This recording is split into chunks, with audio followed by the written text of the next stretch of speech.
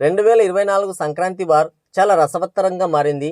ఎవరికి వారు తోపులం అనుకుంటూ పందెం కోళ్లలా బరిలోకి దిగారు. రావడం మాత్రం చాలా కాన్ఫిడెన్స్తో వచ్చారు. కానీ చెప్పినంత ఈజీ కాదు కదా పిచ్లో నిలబడి గెలవడం. కాన్ఫిడెన్స్ ఉంటే మంచిదే, కానీ ఓవర్ కాన్ఫిడెన్స్ ఉంటేనే చాలా కష్టం. అలా వచ్చి మూతి మీద తన్నించుకున్నారు కొందరు. మీరెంతమంది వచ్చినా సరే మేము ఒక్కరినే ఫైనల్ చేస్తామని ప్రేక్షకులు అంతిమ తీర్పు కూడా ఇచ్చేశారు. మరి బాక్సాఫీస్ దగ్గర గెలిచి తొడగొట్టిన కోడి, ఘోరంగా దెబ్బతిన్న కోడి ఎవరో ఇప్పుడు తెలుసుకుందాం. అయితే నేను నా లాస్ట్ వీడియోస్లో చెప్పినట్లు అందరూ సంక్రాంతికే వచ్చి సంక నాకండి అని ఒక వీడియో చేశాను. ఇప్పుడు నిజంగానే సంక నాకిపోయారు. మనం ఏదైతే గెస్ చేశామో సరిగ్గా అదే జరిగింది. కాకపోతే నన్ను బాధించే విషయం ఏంటంటే, పాపం వెంకీమామ తన సినీ కెరియర్లో 75వ మూవీగా వచ్చిన సైంధవ్ మూవీ కూడా ఉండడం. అదో మెమరబుల్ మూమెంట్గా నిలిచిపోవాలని మంచిగా ప్రమోషన్స్ కూడా చేసుకున్నాడు. కాకపోతే ప్రేక్షకులు ఆ మూవీకి కూడా హ్యాండ్ ఇచ్చారు. అయితే సంక్రాంతికి బాగా రాబడదామనుకొని ఘోరంగా విఫలమయ్యారు, నష్టపోయారు కూడా. ఒక్క మూవీకే ఎక్కువగా ప్రిఫరెన్స్ ఇస్తున్నారు ఆడియన్స్. మరి ఆ మూవీ ఏంటో, అలాగే ఈ సంక్రాంతికి ఫ్యామిలీస్కి ది బెస్ట్ చాయిస్ ఏంటో దాని గురించి మన ఛానల్లో డిస్కస్ చేసి సజెస్ట్ చేద్దాం. ఇక వీడియో స్టార్ట్ చేద్దాం. మన లిస్టులో లాస్ట్ మూవీ నాగార్జున నా సామిరంగా. ఇదేంటయ్యా పక్కా ఫ్యామిలీ బ్యాక్డ్రాప్లో ఉన్నట్లు ట్రైలర్లో చూసాం, మరి నువ్వేంటి లాస్ట్లో వేసామనుకోవద్దు.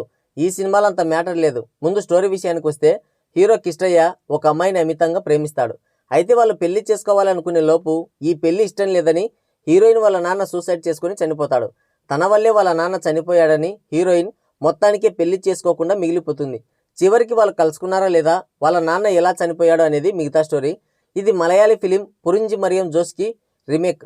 అయితే కేవలం స్టోరీలోని మెయిన్ థీమ్ ఒకటి తీసుకొని మిగతాదంతా కలగాపులగం చేశాడు డైరెక్టర్. రాజ్ తరుణ్ని సెకండ్ హీరోగా చూపెట్టి అతనికి లవ్ ట్రాక్ పెట్టి పెద్ద నస పెట్టాడు. మూవీలో ఎటువంటి చలనం ఉండదు. ఎక్కడ కూడా సూపర్ ఉంది అనే ఒక సీన్ కానీ, విజిల్స్ వేసే ఎలివేషన్స్ కానీ, అబ్బా ఏముందిరా అనుకునే ఒక హై మూమెంట్ కానీ ఒక్కటి కూడా లేదు. పైగా నాగార్జున హీరోయిన్తో చేసే రొమాన్స్ చాలా దరిద్రంగా ఉంది, వెగటు పుట్టిస్తుంది. ఏదో వయసు మళ్ళిన ముసలాడు ఒక పడుచు పిల్లతో చమత్కారాలాడినట్లు ఉంటుంది. పైగా టెక్నికల్గా కూడా ఏం బాలేదు. మొత్తం గ్రీన్ స్క్రీన్తో కవర్ చేశారు. మూవీకి వెళ్ళామనే కానీ ఎటువంటి ఫీలింగ్స్ ఉండవు. మూవీ చూసామన్న యాంగ్జైటీ ఫీల్ అనేది అస్సలు ఉండదు. సో నా లిస్టులో అందుకే ఈ మూవీని లాస్ట్కు తోశాను.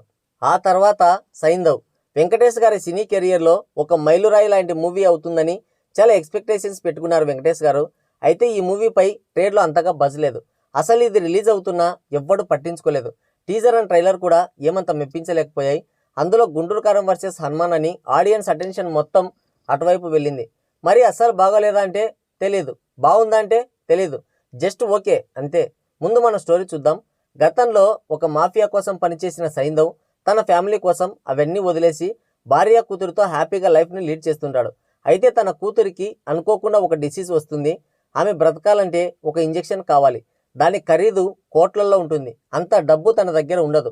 మరి దానికోసం ఏం చేశాడు, తన కూతుర్ని దక్కించుకున్నాడా లేదా, మాఫియాతో తనకున్న లింకులేంటి అనేది మిగతా story. Director Shailesh Kolanu hit యూనివర్స్ని బాగానే మేనేజ్ చేశాడు, కానీ దీన్ని అంతలా హ్యాండిల్ చేయలేకపోయాడు. మూవీ చూస్తున్నంతసేపు కమల్ హాసన్ విక్రమ్ మూవీ వైబ్స్ వస్తాయి. సేమ్ ఆ మూవీలో చూస్తున్నట్టు కూడా ఉంటుంది. కానీ ఆ మూవీ కాదు, అదే మ్యాజిక్. మూవీ మొత్తం అదే టెంప్లెట్తో నడిపించాడు. హీరో మాఫియా గ్యాంగ్లో పెద్ద తోపు అని చెప్తాడు, అంతే. ఎందుకు తోపు అంటే సమాధానం ఉండదు. కొడుతుంటాడు, కాల్చుతుంటాడు, చంపుతుంటాడు, కానీ ఎందుకు అనేది మనకి ఇప్పటికీ అర్థం కాని విషయం. అంటే ఎటువంటి హై ఉండదన్నమాట యాక్షన్ సీన్స్లో. హీరో బ్యాక్డ్రాప్లో ఏం పీకాడో చూపిస్తే కదా ఇప్పుడు విలన్స్ని కొడుతుంటే మనం బాగా ఎంజాయ్ చేసేది. అదేం ఉండదు. విలన్స్ వస్తూనే ఉంటారు, ఈయన కొడుతూనే ఉంటాడు. ఒక టైంలో ఏందిరా బాబు మాకు ఈ రచ్చ అని విసుగొచ్చేస్తుంది. వెంకటేష్ గారి మూవీస్ అంటే ఇంటిల్లిపాది సినిమాకి వెళ్ళి హాయిగా ఓ 2.5 గంటల పాటు ఎంజాయ్ చేసి రావచ్చు అనేలా ఉంటాయి. బట్ ఈ మూవీ అటు ఫ్యామిలీ ఎంటర్టైనర్కి ఇటు యాక్షన్ మూవీకి రెండింటికి తప్పి ఉంటుంది. దీన్ని ఏ జనర్లో వేయాలో కూడా అర్థం కాదు. ఆ పాపతో వచ్చే సెంటిమెంట్ కూడా పెద్దగా వర్కౌట్ అయినట్టు కనిపించదు. బహుశా మనం ప్రతిదీ ఈ సినిమాలో ఏం జరుగుతుందో గెస్ చేయడం మూలంగా అనుకుంటాను. కాకపోతే నా సామిరంగా మూవీలో ఉన్న తాత మనవరాల సీన్స్ కంటే ఈ మూవీ కొంచెం డీసెంట్గానే ఉంటుంది. ఫ్యామిలీతో వెళ్ళాలంటే చెప్పలేం. అంటే బెస్ట్ థియేటర్ ఎక్స్పీరియన్స్ పొందలేరు, నవ్వుకోలేరు, ఎంజాయ్ చేయలేరు. సింగిల్గా లేదంటే ఫ్రెండ్స్తో అయితే ఓకే. ఇక నెక్స్ట్ గుంటూరు కారం. మహేష్ బాబు త్రివిక్రమ్ కాంబినేషన్ అనగానే హైప్ ఓ రేంజ్లో ఉండాలి. కానీ కొన్ని అనివార్య కారణాల వల్ల, మూవీ టీం ఓవర్ యాక్షన్ వల్ల ఆది నుండి ఈ మూవీ పైన నెగిటివిటీ భయంకరంగా స్ప్రెడ్ అయింది. స్టోరీలో ఎటువంటి కొత్తదనం లేకపోయినా, స్క్రీన్ ప్లే ఏమంత పకడ్బందీగా ప్రజెంట్ చేయకపోయినా, త్రివిక్రమ్ స్టైల్ ఆఫ్ మార్క్ ఈ మూవీలో పెద్దగా కనిపించకపోయినా, just Mahesh Babu screen presence and mannerisms కోసం వన్ టైం చూడొచ్చు. అంటే మూవీ ఎక్స్ట్రాడినరీ మైండ్ బ్లోయింగ్ అని కాదు, మనం అలా అంటే ఇక వాళ్ళు ఎడతెగకుండా ఇలాంటి మూవీసే తీస్తారు. ఒక టాప్ స్టార్ కాబట్టి ఆ స్క్రీన్ ప్రజెన్స్ కోసం, ఆ స్వాగ్ అండ్ స్టైల్, డ్యాన్స్ కోసం ఓసారి ట్రై చేయొచ్చు అంటాను అంతే. ఇక మూవీ స్టోరీ విషయానికి వస్తే చెప్పడానికి కొంచెం ఇబ్బందిగానే ఉంది. హీరోని వాళ్ళ నాన్నని వదిలేసి వెళ్ళి వేరొకరిని పెళ్లి చేసుకుంటుంది వాళ్ళమ్మ. హీరో పెద్ద అయ్యాక మళ్ళీ వాళ్ళ అమ్మని నాన్నని ఎలా ఒకటి చేశాడు అనేదే స్టోరీ. వింటుంటే కొంచెం ఎబ్బెట్టుగానే ఉంటుంది. అయితే ఇలాంటి స్టోరీని త్రివిక్రమ్ లాంటి డైరెక్టర్ ఎలా రాసుకున్నాడో, మహేష్ లాంటి ఒక స్టార్ హీరో ఎలా ఓకే చేశాడో మరి వాళ్ళకే తెలియాలి. పోనీ అదన్న కన్వీనియన్స్గా ఉంటుందా అంటే అది లేదు.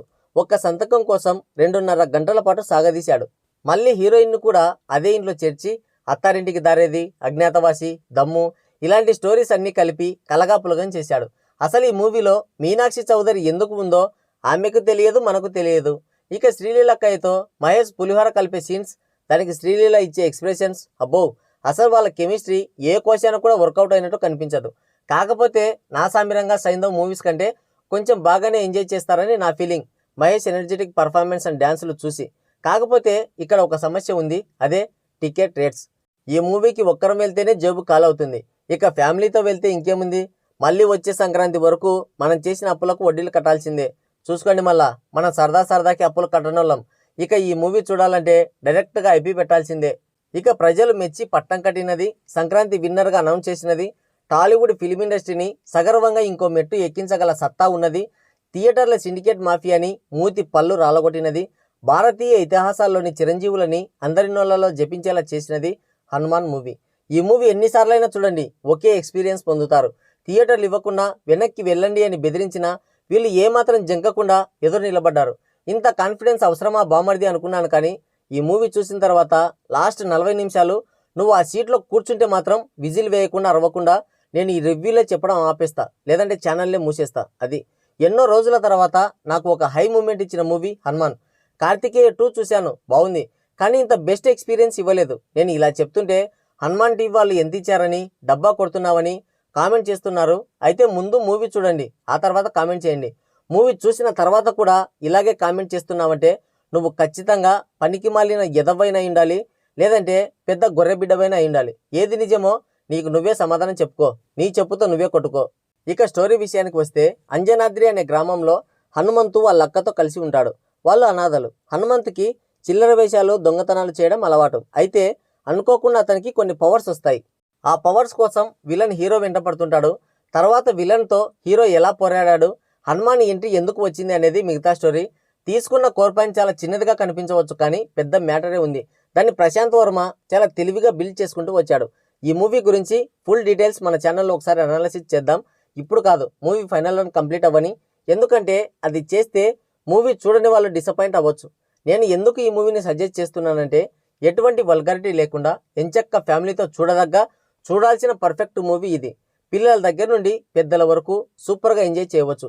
ఇలాంటి మూవీస్ని మనం ఎంకరేజ్ చేయకుంటే చాలా నష్టపోతాం. అంటే బెస్ట్ సినిమాటిక్ ఎక్స్పీరియన్స్తో పాటు మనలో ఉన్నటువంటి దైవభక్తిని పెంపొందించే పర్ఫెక్ట్ మూవీ అన్నమాట.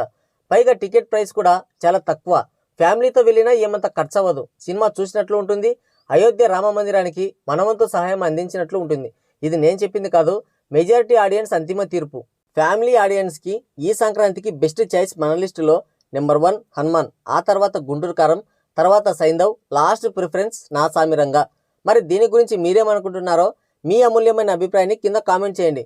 సో డియర్ కామ్రేడ్స్, ఇది ఈరోజు ఇంట్రెస్టింగ్ వీడియో. మరో ఇంట్రెస్టింగ్ టాపిక్తో మళ్ళీ కలుద్దాం. Thank you, take care, bye bye.